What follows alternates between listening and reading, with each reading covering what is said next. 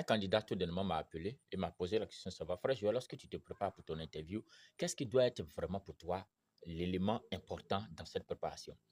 Voilà, et étant donné que j'ai beaucoup reçu souvent beaucoup de questions de cette manière, j'ai décidé de faire cette vidéo et de pouvoir répondre.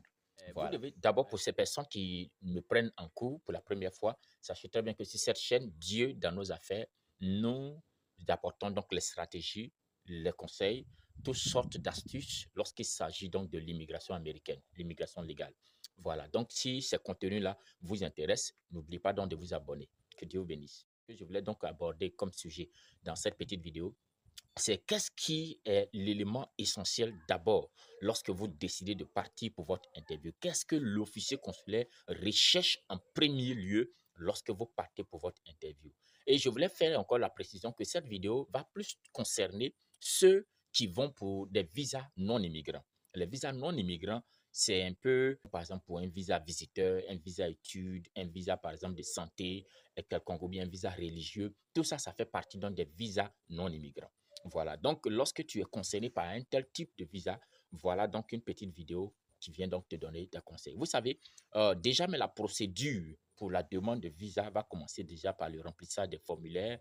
Après le remplissage des formulaires, tu vas aller payer donc les frais de l'interview. Après, une fois que tu as fini de payer les frais, avec donc le reçu, tu pourras donc prendre ton rendez-vous pour ton interview.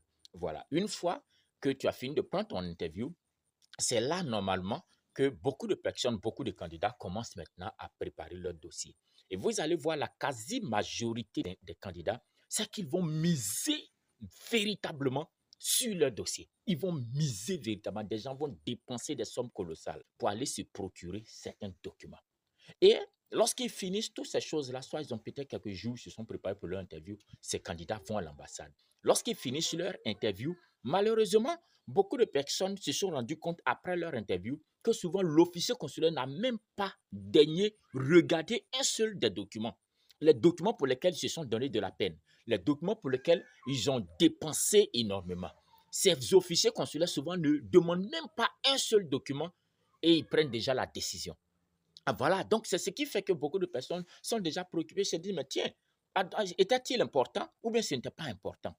Voilà, donc la réponse déjà que je m'avais vous dire, ce n'est pas que se préparer en matière de documents pour aller à l'interview, ce n'est pas que c'est à négliger, non, parce que ces documents viennent pour donner la confirmation de ce que vous dites lors de l'interview. Voilà. Donc, lorsque vous êtes en train de faire ces documents-là, oui, vous allez prendre au sérieux, vous allez les faire soigneusement. Mais ce que je m'avais vous dire dans cette vidéo, c'est que réellement à l'interview, lorsque vous partez pour votre interview, ce qui intéresse d'abord l'officier consulaire, ça n'a rien à voir avec vos documents. Ils s'en foutent complètement de vos documents. Ils ne prêtent même pas attention à vos documents. Et vous savez, la raison, c'est parce que les officiers consulaires se disent que la quasi-majorité des documents que nous avons sont des documents déjà fabriqués, des documents qu'on peut fabriquer par-ci, par-là, dans un bureau quelconque. Du coup, l'officier consulaire s'en fout éperdument des documents que vous avez en main.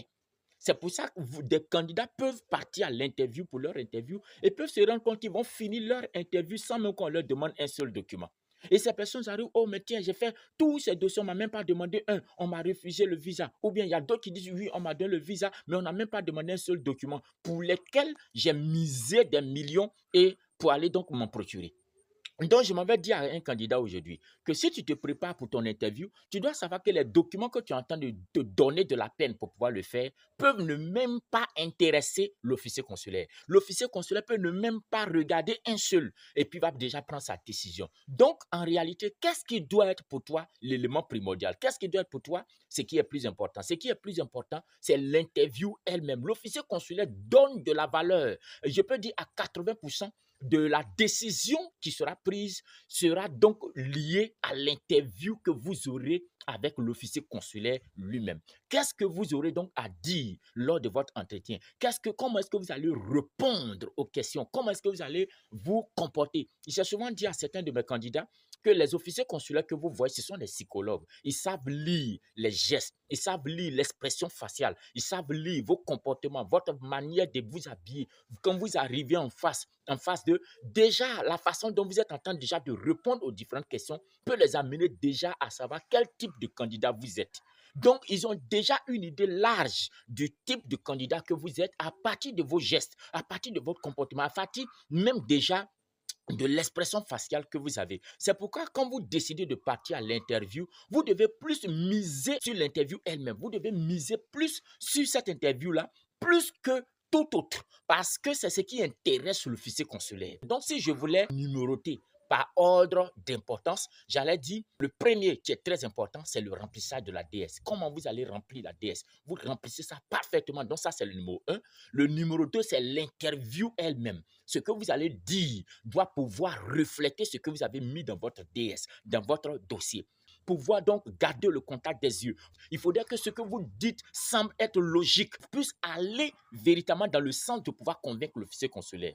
Et donc, ça, c'est le numéro 2. Et en dernière position, vient maintenant les documents que vous allez vous procurer. Je ne fais pas cette vidéo pour dire à un candidat que non, il ne faudrait pas prêter attention à tes documents. Non, ce n'est pas ce que je veux dire. C'est parce que beaucoup de candidats, lorsqu'ils sont en train de se préparer pour leur interview, vont passer souvent des mois sur leurs documents et peut-être quelques 2 jours, 3 jours sur leur interview. Et ça, c'est déjà un échec en avant. Donc, ne fais pas de cette manière. Si tu te prépares, si tu veux demander un visa à l'ambassade, prends toutes ces 3 étapes-là au sérieux. Le remplissage de la DS au sérieux, remplis ça convenablement, très bien. Numéro 1. Numéro 2, quand tu seras en train de faire les dossiers, alors fais des dossiers, prends ça au sérieux, mais le temps, l'énergie que tu t'es donné par rapport aux autres, donne-toi la même énergie également aussi lorsqu'il s'agira de la préparation des questionnaires clairement.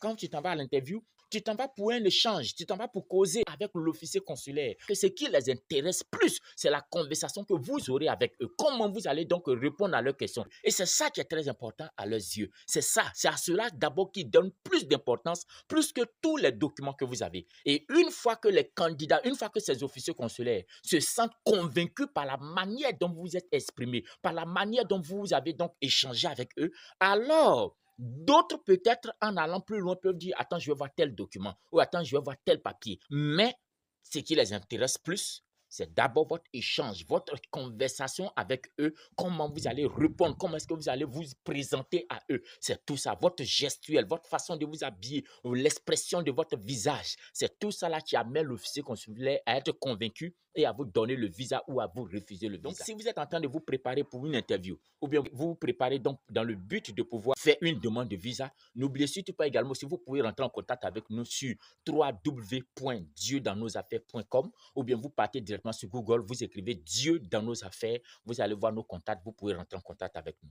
Donc, prenez soin de cela, prenez au sérieux votre interview. Comment vous allez répondre aux différentes questions? Comment vous allez parler? Est-ce que ce que vous dites, est-ce que c'est cohérent? Est-ce que c'est logique? Est-ce que c'est compréhensible? Est-ce que toi-même, ça te convainc toi-même? Parce que si tu n'es pas à mesure de te convaincre toi-même lorsque tu es en train de te donner des réponses, alors sache que ça ne pourra pas donc convaincre quelqu'un. Donc, voici la petite vidéo que j'ai voulu faire. J'espère que ça va aider donc quelqu'un. Que Dieu te bénisse. Ciao.